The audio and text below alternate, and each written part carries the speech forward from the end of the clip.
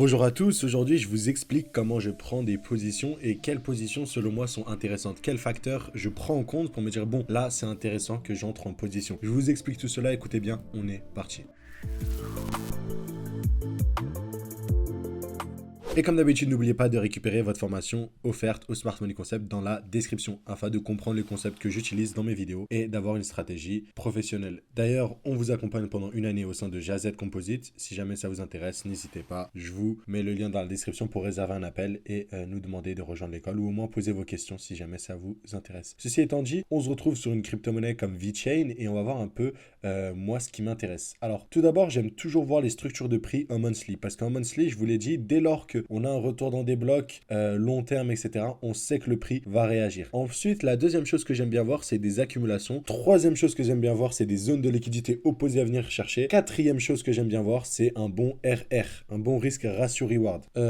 Donc, pour vous montrer ça donne quoi, je suis sur VeChain, j'avais déjà entouré, hein, vous avez vu. Hop, ici on avait le bloc à l'origine du bullrun. On savait qu'il y allait avoir une réaction du prix dans cette zone-là. Qu'est-ce qu'on voulait voir dans cette zone-là? On aurait pu simplement acheter sans se poser de questions. Mais nous, ce qu'on veut, c'est optimiser les choses. Donc on attend une accumulation et soit on rentre à la cassure de cette accumulation, soit on rentre sur la prise de liquidité. Ok? Et là, elle est très simple. Je la vois déjà en mensuel, mais on va aller en daily pour que je vous la montre. D'après la règle des 30, dès que vous avez une demand en monthly, vous devez aller en daily parce que vous faites un mois, c'est 30 jours divisé par 30. Et là, vous le voyez, il y a vraiment ce concept de création de support qui est très très clean juste ici.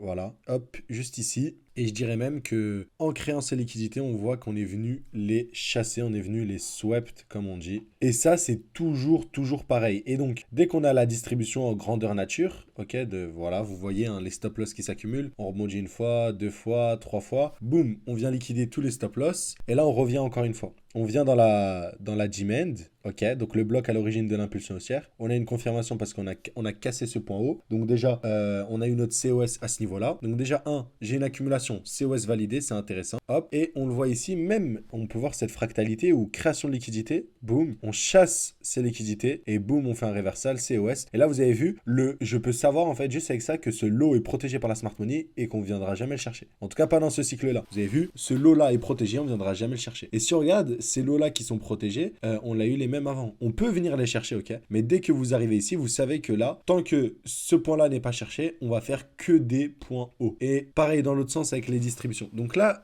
j'aime repérer des blocs. Dès que le bloc est intéressant, j'aime bien voir des accumulations. Dès que je vois des accumulations, je sais que ça va être explosif dans l'autre sens et qu'il n'y a que de la hausse. C'est-à-dire que je peux acheter un truc, mon stop loss, il va être là au début, ensuite il va être là parce que c'est protégé, ensuite il va être là, et ainsi de suite, et ainsi de suite. Et vous le voyez, vous pouvez manage votre stop loss et surtout suivre la tendance globale. Deuxième chose qui m'intéresse, ok? Donc là, il y a un bloc, mais qu'est-ce que je vise pour mes targets? J'aime bien les zones de liquidité. Vous avez vu, les belles zones de résistance comme ça, c'est ce qui me fait kiffer parce que je sais que là, il y a beaucoup de gens qui vont shorter et qui vont mettre, entre guillemets, des stop loss littéralement. Vous voyez, ce genre de trendline là, ces choses-là, on le voit. Je l'avais noté sur VeChain, j'avais noté cette zone-là, tout simplement. Ok, cette zone-là est une zone de liquidité qu'on est venu chasser, mais tu vois, ce bloc-là, quand tu vois une résistance, dis-toi que le prix va vouloir le chercher. D'ailleurs, moi, ce que j'aime bien faire généralement, soit viser les liquidités, mais pas seulement. Donc, je vais revenir en mensuel. Hop, je vais mettre en logarithmique parce que ce sera plus pertinent.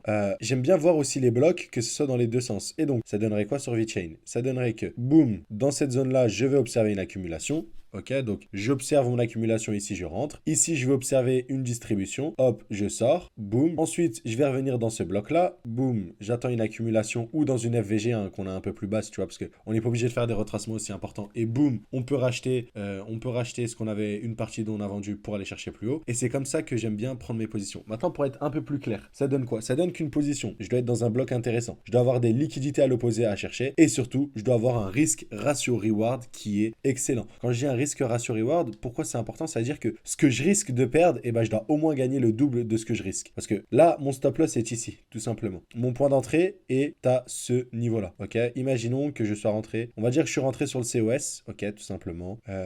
Ici, voilà. Ma target de prix est soit ici, et elle est cohérente parce que là j'ai un RR, ok, risque ratio récompense, un ratio risque récompense pardon de 2,58. Si je vise le bloc ici, à peu près ici, voilà, là vous voyez 5 de RR, donc ça m'intéresse. ça m'intéresse beaucoup.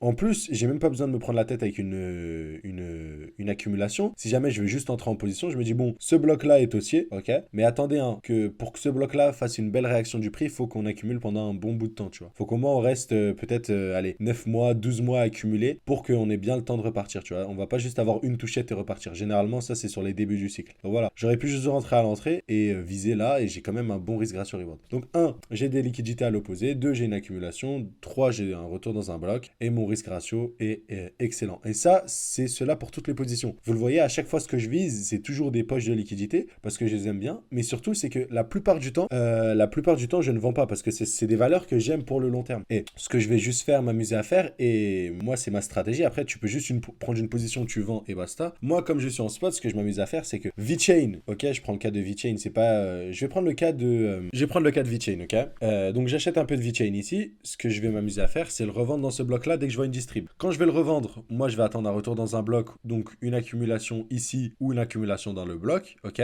tout simplement. Si j'ai pas ça, dans tous les cas, c'est pas grave parce que c'est pas un altcoin de. C'est pas un altcoin de mon portfolio, tu vois. C'est vraiment une partie de mon capital où je m'amuse à faire, entre guillemets, de l'investissement dynamique. Si je peux accumuler du VeChain en plus ici et décupler les performances, parce que si je vends au bon moment et je rachète moins cher, là, ma performance, elle est doublée généralement. La plupart du temps, par rapport à tous ceux qui achètent là et qui revendront par exemple à l'ATH, ma performance est littéralement doublée. Donc, c'est ce que je fais sur les projets qui me tiennent pas à cœur, ok. C'est que ça me dérange pas de. J'ai gagné ma position, donc j'ai partagé quoi comme position.